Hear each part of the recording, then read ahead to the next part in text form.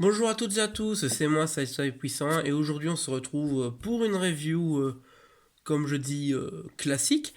Car aujourd'hui je vais vous présenter une figurine qui est pas un custom mais une figurine qu'on retrouve en magasin tout simplement. Et avec le Spinister Deluxe Class de la gamme War for Cybertron Siege.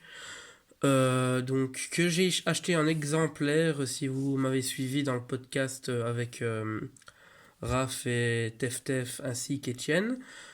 Euh, Où le deuxième exemplaire servira de custom qui suivra en termes de review quand il sera terminé. Donc j'ai fait les petites modifications que je voulais faire. Il ne me manquera plus que à le peindre. Mais d'abord je dois finir ceux que j'ai déjà commencé. Euh, donc je suis encore un petit peu malade. Enfin, encore un petit peu, oui, parce que je suis retombé malade. Je vous rassure, ce n'est pas le corona, ce n'est pas le Covid, comme vous l'appelez-le comme vous voulez, mais bon, ce n'est pas ça, c'était juste un petit rhume qui a relancé là tout ce que que j'allais finir, tout simplement. Donc voilà, n'ayez crainte, je ne suis pas contaminé. Donc voilà, pour ceux qui s'inquiéteraient en tout cas. Enfin voilà. Donc, avant de parler de la figurine, donc on va faire un petit topo sur la boîte. Donc ici on a le logo de la gamme, Siege, Spinister, son numéro dans la gamme. Sur le côté ici, un artwork de Spinister, tout simplement, avec un onde ici qui tire. Donc voilà. Deluxe Class se traduit en diverses langues. Donc on a Transformers ici en rouge sur fond noir, le logo Generation, avec un peu de... comme s'il avait été abîmé avec la guerre, c'est pas mal, j'aime bien. Logo Takaratomi, logo d'Asbro ici, 8 ans et plus. Hop, logo Decepticon, Transformers sur Force Cybertron Trilogy, encore une fois ici. Le Sublime Artwork de la gamme Siege. Excusez-moi. Et ici, les images de la figurine, donc en mode robot et en deluxe, en mode véhicule. Donc la transformation est en 27 étapes. Petite pub pour les Battle Masters. Donc ici on a Smashdown et lui je l'ai oublié, son nom, ce n'est pas grave. Et puis petite pub de ce qu'on peut faire avec les effets, machin. Des Battle Masters aussi qu'on peut mettre dans les mains des plus gros Transformers. Et puis ici on a tout simplement du blabla comme on retrouve ici aussi. Donc voilà. Et puis dans le fond de la boîte, donc son grade, si je me rappelle bien de ça.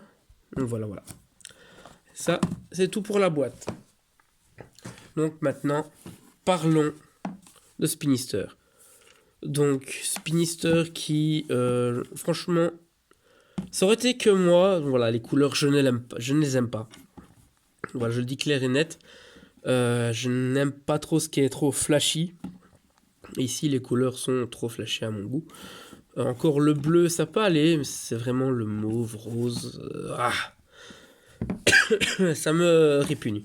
Enfin, pas me répugne, mais voilà, ça me laisse de marbre. Donc voilà. Spinister qui est à la base un double target master. Donc, tout simplement parce qu'il possède dans le G1 deux target master. Et les armes ici, qu'on va enlever, que je vais vous montrer de plus près. Si celle-ci veut bien. Hop. Donc, ces armes ici qui représentent tout simplement ce que sont ces target master. Donc on a une double une double Gatling gun et un double canon, voilà, un double barrel gun, voilà. C'est tout pour ces armes. Je tiens à préciser que je compte faire des customs de ces deux target master, donc voilà. Donc ici, comme on peut voir, on a deux cockpits. Donc voilà, c'est spécial, mais bon, c'est surtout pour le design en mode robot. Donc voilà, donc petit 360. Comme on peut le voir, on a quand même de très beaux détails. Donc on a les prises d'air et tout ce qui s'ensuit sur les côtés. Logo Decepticon ici, qu'on retrouve, que l'on ne retrouve pas de l'autre côté.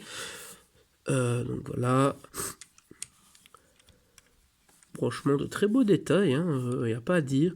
Niveau undercarriage, bon, voilà, on voit les mains. Enfin, voilà, on voit un deuxième cockpit. Voilà. Sinon, l'hélice, qui est en gris plastique, voilà, tourne normalement. Il n'y a pas ça ne bute pas quelque part. Elle tourne vraiment bien. Il n'y a pas de gêne. Voilà. Et puis on a l'hélice ici pour l'équilibre de l'appareil qui tourne aussi bien, même si elle tourne pas très longtemps. Donc voilà. Donc avant de passer à la transformation, je vais vous... 1, 2, 3, encore une fois. Je vais vous faire un petit comparo avec Starscream de la même gamme, Voyager Class. Voilà. Hop. Un tétrajet et un hélicoptère plus ou moins terrestre. Parce que pour moi, il ne fait pas vraiment cybertronien. Plutôt futuriste, comme dirait Raph. Mais pour moi, il ne fait pas cybertronien du tout. C'est comme Astrotrain, c'est du terrestre dans une gamme cybertronienne. Allez chercher l'erreur. Enfin, soit, on n'est pas là pour parler d'Astrotrain, mais de Spinister. Et puis, petit truc que j'ai oublié de parler, le train d'atterrissage, donc bien sûr, qui est moulé, il ne roule pas, qu'on peut venir ranger. Et il tient quand même grâce au deuxième cockpit. Donc voilà. Donc maintenant, on va passer à la transformation.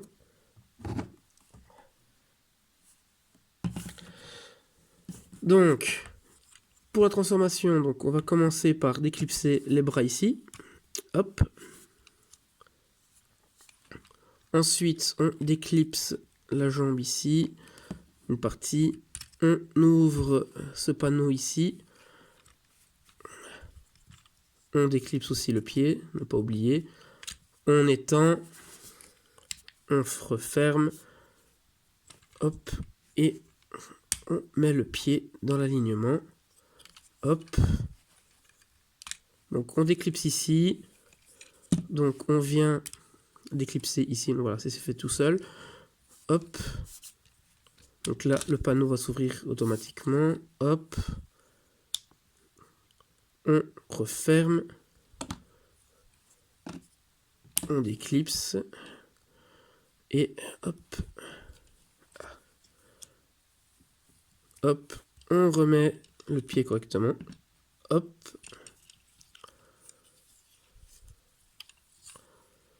On tourne le bassin.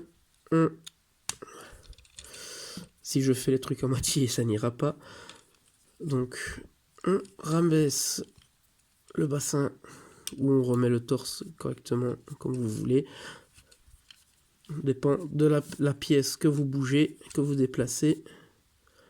Donc, voilà, on remet le bassin dans l'alignement. Et ici, petite étape que j'apprécie pour la transformation du torse, c'est qu'on va venir rabaisser le torse et on déclipse aussi la queue de l'hélico. Et en poussant avec la queue de l'hélico, on vient ramener le torse correctement pour la transformation. Ensuite, hop, on pousse bien la queue d'hélico dans le torse. Donc ici, donc on a l'hélice qu'on va venir, hop, que je le mette correctement. Hop. Donc on va venir clipser et donc mettre les hélices dans cette position-ci. Voilà. Et en fait, donc, je ne sais pas si vous le verrez bien, on a une encoche qui se trouve ici juste devant le trou. Et en venant clipser ce qui servira de backpack, ça va empêcher l'hélice, les pales d'hélicoptère, de bouger, de tourner tourner dans le vide, voilà. Ensuite, voilà, donc on peut voir que Spinister est un adepte de la danse des canards, donc voilà. Blague à part, donc on vient d'éclipser l'avant-bras qui se trouve ici, donc on peut voir qu'on a une double articulation ici.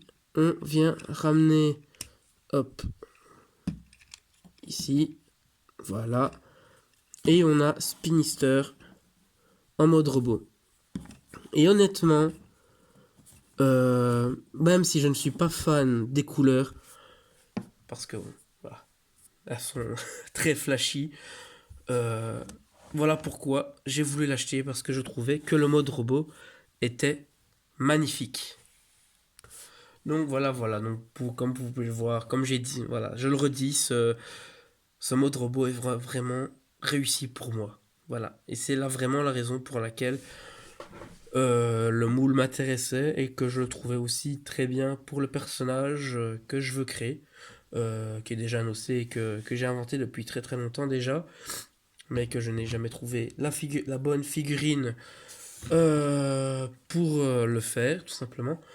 Et donc avant de passer aux articulations et aux accessoires, donc petite comparaison de nouveau avec Starscream, cette fois-ci en mode robot, hein, voilà. Donc on pouvait le voir, il fait une tête de moins. Il a vraiment, et je tiens à dire, pour un Deluxe, il a quand même une bonne taille. Il est quand même assez grand pour un Deluxe, je trouve. Hein. Euh, voilà, vous êtes... il n'y a pas de souci si vous n'êtes pas d'accord avec moi. Hein. On a chacun notre opinion. Donc voilà. Pour moi, il y a vraiment une bonne taille. Une bonne taille de Deluxe. Pour un Deluxe. Donc pour les accessoires, donc pour les armes, on peut les mettre dans la main comme ceci. Hop.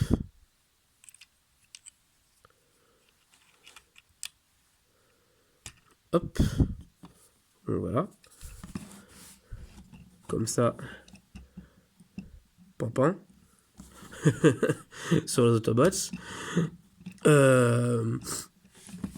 Donc voilà. Ou alors, tout simplement, hop, allez, on peut le mettre sur les côtés des avant-bras. Hop. Comme ceci. Tout simplement. Et voilà. Bon, ça, ce sera la configuration pour le custom que je ferai avec ce moule. Avec l'autre exemplaire de la figurine que j'ai acheté. Sauf que ce sera avec deux Gatling. Donc voilà. Donc voilà.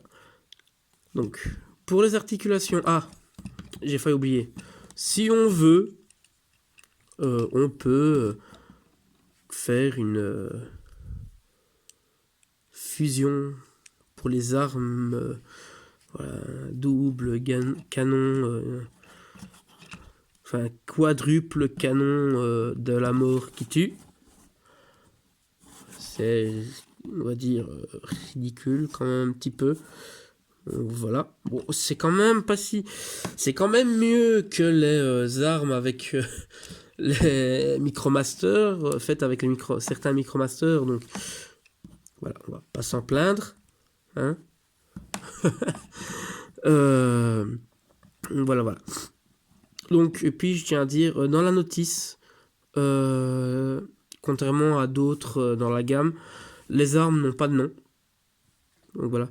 Est-ce que c'est parce qu'ils n'ont plus voulu donner de nom aux armes ou tout simplement parce que ce sont des Target Master à la base pour ces armes? Allez savoir. Les voies d'Hasbro sont impénétrables, j'ai envie de dire. Donc voilà. Donc pour les articulations cette fois-ci, donc on a la tête sur un ball joint et puis on a un petit taxe ici qui permet de bouger la tête. Voilà. On peut faire un 360 aussi avec la tête. Un petit Oui et non, non. Articulation au niveau de l'épaule. Ici, pub Dove Approve. On peut faire un 360. Voilà, hop. Ici, on a une rotation ici au niveau du biceps. Une double articulation due à la transformation pour le coude, ce qui n'est pas plus mal. Donc je vais enlever l'arme parce qu'elle va gêner. Donc on a une articulation ici, une rotation au niveau du poignet. Donc voilà. Excusez-moi. Une rotation au niveau du bassin, voilà, qui est loin d'être loose. Donc voilà, une bonne articulation. Au niveau des jambes, donc on a qui sont bien raides aussi. Hop. En avant comme ceci, très bonne amplitude vers l'avant, vers l'arrière également. Hop, il peut faire Jean-Claude Van Damme. Rotation ici au niveau de la cuisse. Le genou, voilà, un peu plus de 90 degrés. Donc voilà. Et on a le pied qui peut, la cheville ici, et le pied qui peut aller un peu vers le bas dû à la transformation. Donc voilà. Et c'est tout pour les articulations. Donc comme on peut voir, il a un peu de battle damage ici sur les cuisses et sur les avant-bras, plus sur celui-ci que l'autre. Puis j'ai oublié de dire petit logo Decepticon ici. On retrouve aussi les pegs 3 mm pour les effets. Hop, un ici, un ici, un ici. Sur les jambes, il n'y en a pas. On retrouve aussi plusieurs trous 5 mm aussi, soit pour mettre les effets ou tout simplement les weaponizers. Donc on a un ici, un sur chaque épaule et sur chaque avant-bras, un de chaque côté de la jambe ici, donc du côté extérieur de la jambe. On en a également un ici sur les armes, si utilité il y a, et aussi en dessous des jambes, donc voilà. Et je crois que c'est tout au niveau des trous 5 mm. Ah non, on en a également deux ici à l'arrière, donc voilà, pour ceux qui s'intéresseraient. Donc voilà, voilà. Et puis aussi peut-être vous montrer, voilà, la tête de plus près également. Hop.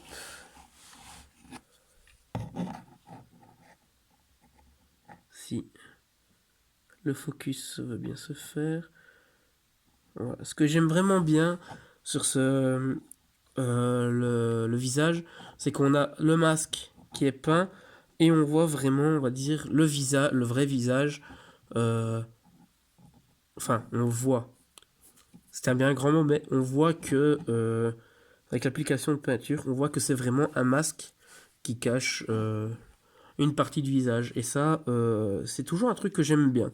Je ne saurais pas vous dire pourquoi, mais je trouve que c'est un petit détail sympa. Donc voilà, voilà. Et donc, ben voilà, c'est ici qu'on va se séparer pour cette review.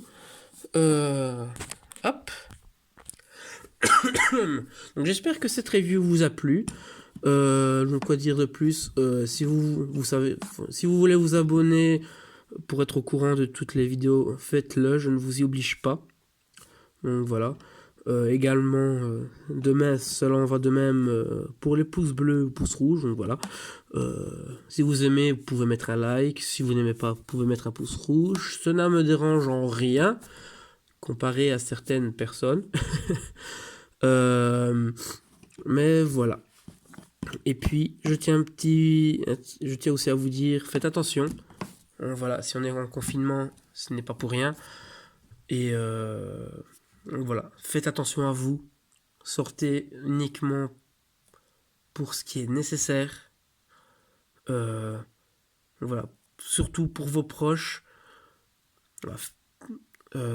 Si vous ne le faites pas pour vous, faites-le au moins pour vos proches, voilà, pour ne pas qu'ils soient atteints, parce que je tiens à préciser que l'on peut être porteur sain, donc c'est-à-dire on peut porter la maladie sans pour autant être malade, on peut être en forme tout simplement, on n'a pas de symptômes, rien, on est en forme, voilà, vous m'avez compris.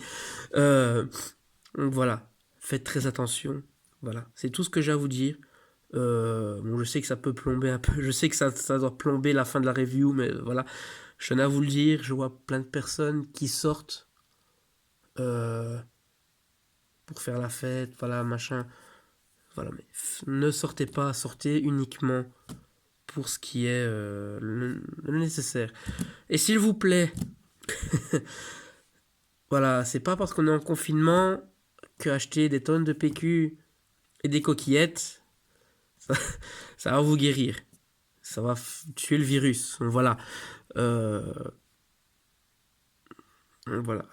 Ne créez pas de pénuries alors qu'il n'y en a pas. Voilà. Bon allez, c'est sur ces mots de prévention, voilà, que je vous laisse. Voilà, comment plomber l'ambiance à la fin d'une review, donc voilà. Par Sideswipe Puissant, hein. Donc voilà, je vous dis à la prochaine pour une nouvelle review ou pour un prochain unboxing, car j'ai un colis qui doit venir, qui doit arriver d'ici quelques jours, voire la semaine prochaine. Donc je vous ferai un petit unboxing. Ouais, enfin un moment que je n'ai plus le fait. Donc voilà. Donc voilà. Allez, je vous dis à la prochaine pour une nouvelle vidéo et faites attention à vous. Allez, ciao!